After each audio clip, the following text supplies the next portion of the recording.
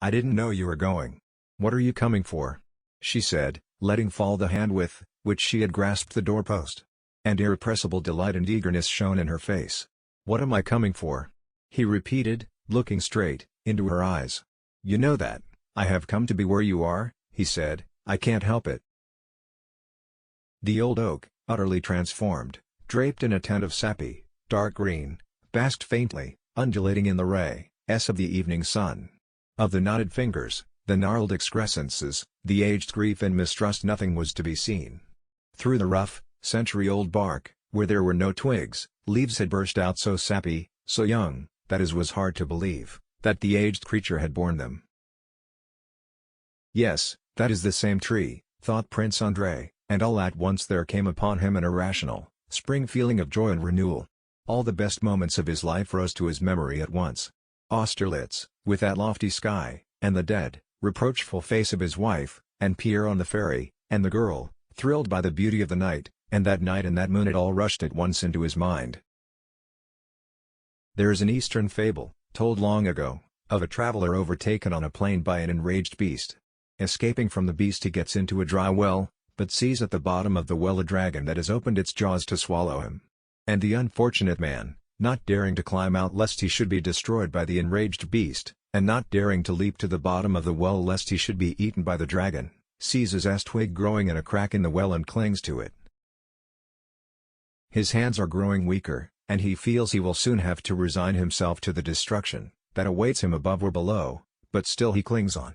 Then he sees that two mice, a black one and a white one, go regularly round and round the stem of the twig to which he is clinging, and gnaw at it. And soon the twig itself will snap and he will fall into the dragon's jaws. The traveler sees this and knows that he will inevitably perish, but while still hanging he looks around, sees some drops of honey on the leaves of the twig, reaches them with his tongue and licks them. "So I too clung to the twig of life, knowing that the dragon of death was inevitably awaiting me, ready to tear me to pieces, and I could not understand why I had fallen into such torment. I tried to lick the honey which formerly consoled me, but the honey no longer gave me pleasure, and the white and black mice of day and night gnawed at the branch by which I hung. I saw the dragon clearly and the honey no longer tasted sweet. I only saw the unescapable dragon and mice, and I could not tear my gaze from them. And this is not a fable but the real unanswerable truth intelligible to all. The deception of the joys of life which formerly allayed my terror of the dragon now no longer deceived me.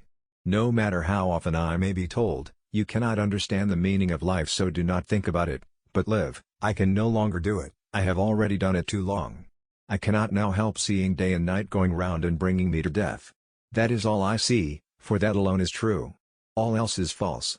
The 2 drops of honey which diverted my eyes from the cruel truth longer than the rest, my love of family, and of writing, art as I called it, were no longer sweet to me.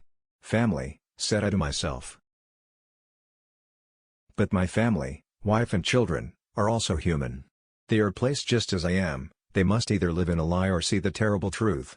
Why should they live? Why should I love them, guard them, bring them up, or watch them? That they may come to the despair that I feel, or else be stupid? Loving them, I cannot hide the truth from them. Each step in knowledge leads them to the truth. And the truth is death.